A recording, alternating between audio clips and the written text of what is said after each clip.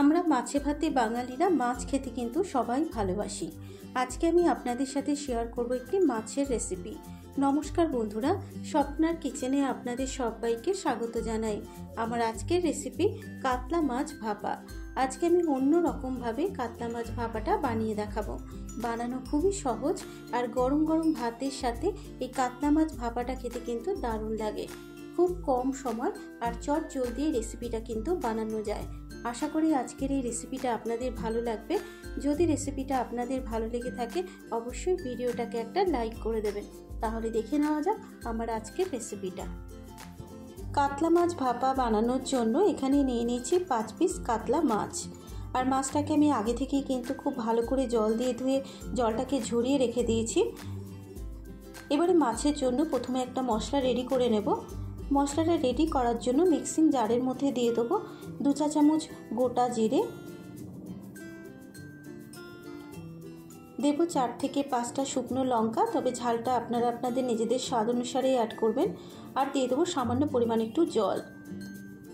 এবারে ঢাকনাটাকে বন্ধ করে গোটা জিরে আর শুকনো লঙ্কার একটা মিহি পেস্ট রেডি করে নেব। ঠিক এরকম একটা গোটা জিরে আর শুকনো লঙ্কার মিহি পেস্ট রেডি করে নিতে হবে।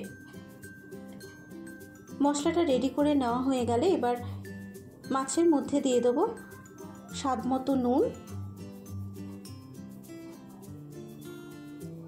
দেব হাফ চা চামচ হলুদ গুঁড়ো, আর দিয়ে দেবো বেটে রাখা গোটা জিরে আর শুকনো লঙ্কা বাটা।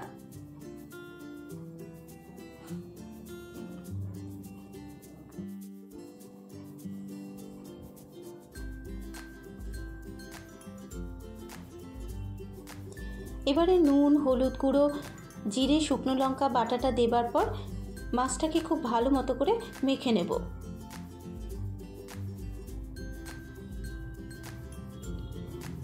মাছগুলো মশলা দিয়ে মেখে নেবার পর এবার এর মধ্যে দিয়ে দেবো 3 টেবিল চামচ মতো সর্ষের তেল।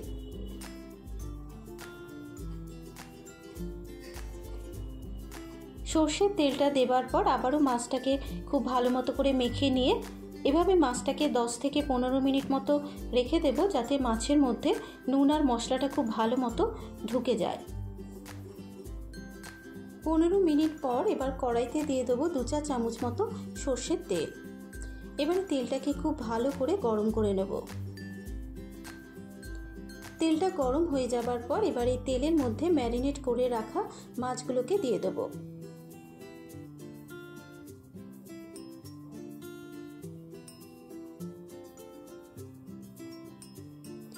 মাছগুলো কড়াইতে দেবার পর এবার বাকি মশলাটাও কিন্তু মাছের উপরে দিয়ে দেব।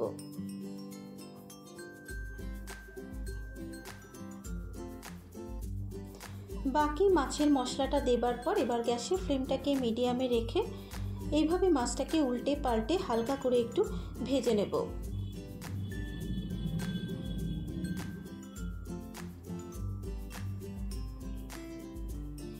এভাবে উল্টে পাল্টে মিনিট 2 সময় ধরে মাছটাকে একটু হালকা করে ভেজে নিতে হবে।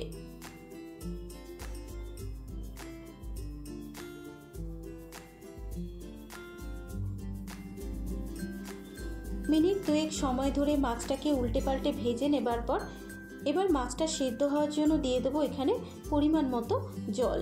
আপনারা যে যেরকম ঝোল খাবেন সেই বুঝে কিন্তু জলটাকে অ্যাড করবেন। জল দেবার পর এবার গ্যাসের ফ্লেমটাকে লোতে রেখে মিনিট 5 ঢাকা দিয়ে মাছটাকে সেদ্ধ হতে দেব। 5 মিনিট পর এবার একটু ঢাকনাটাকে খুলে মাছটাকে আবারও একবার একটু নাড়াচাড়া করে দেখে নেব যে মাছটা সেদ্ধ হয়েছে নাকি। মাছটা কিন্তু খুব ভালো মতো সেদ্ধ হয়ে গেছে। আর কাতলা মাছ ভাপা কিন্তু আমার প্রায় তৈরি হয়ে এসেছে। এবার আরেকটা কড়াইয়ের মধ্যে দিয়ে দেব 1 চা চামচ মতো সর্ষের তেল। তেলের মধ্যে দিয়ে দেবো হাফ চা চামচ কালো জিরে ফোড়ন দিয়ে দেবো। এবারে 15 সেকেন্ড মশলাটাকে ভেজে নেব। কালো জিরেটা ভেজে নেবার পর এবার এর মধ্যে দিয়ে দিলাম 1 চা চামচ আদা বাটা। এবার এই আদা বাটাটাকে 30 সেকেন্ড ভেজে নেব। আদার যখন কাঁচা গন্ধটা চলে যাবে এবার এর মধ্যে দিয়ে দিলাম একটা মাঝারি সাইজের টুকরো করে কেটে নেওয়া টমেটো। এবার এই টমেটোটাকেও আদার সাথে ভেজে নেব। আর আদাটা যাতে পুড়ে না যায় সেই জন্য দিয়ে দেবো সামান্য পরিমাণে একটু জল।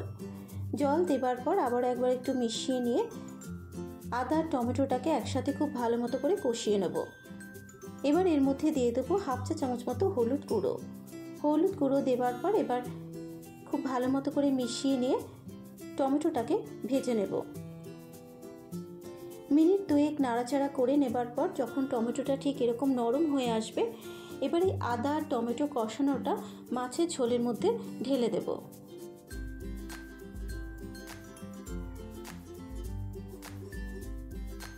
এবারে আদা আর টমেটো কষানোটা মাছের ঝোলের মধ্যে দেবার পর মাছের ঝোলের সাথে মিশিয়ে নেব।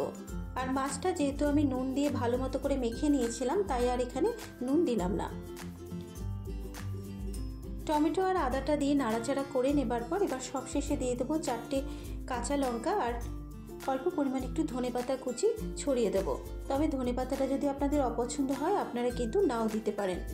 এবারে কাঁচা লঙ্কা আর ধনেপাতা কুচানোটা দেবার পর মাছের ঝোলের সাথে মিশিয়ে নিয়ে গ্যাসের ফ্লেমটাকে বন্ধ করে মিনিট 3 ঢাকা দিয়ে স্ট্যান্ডিং টাইমে রেখে দেব। তৈরি হয়ে গেছে আমার আজকের রেসিপি কাতলা ভাপা, যা গরম ভাতের সাথে খেতে কিন্তু দারুণ লাগে। আর খুব কম সময় আর চট জলদি এই রেসিপিটা বানানো যায়।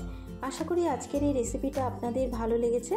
যদি রেসিপিটা আপনাদের ভালো লেগে থাকে আপনারা এভাবে একবার বাড়িতে ট্রাই করবেন ও আমাকে কমেন্ট করে জানাবেন রেসিপিটা আপনাদের কেমন লাগলো।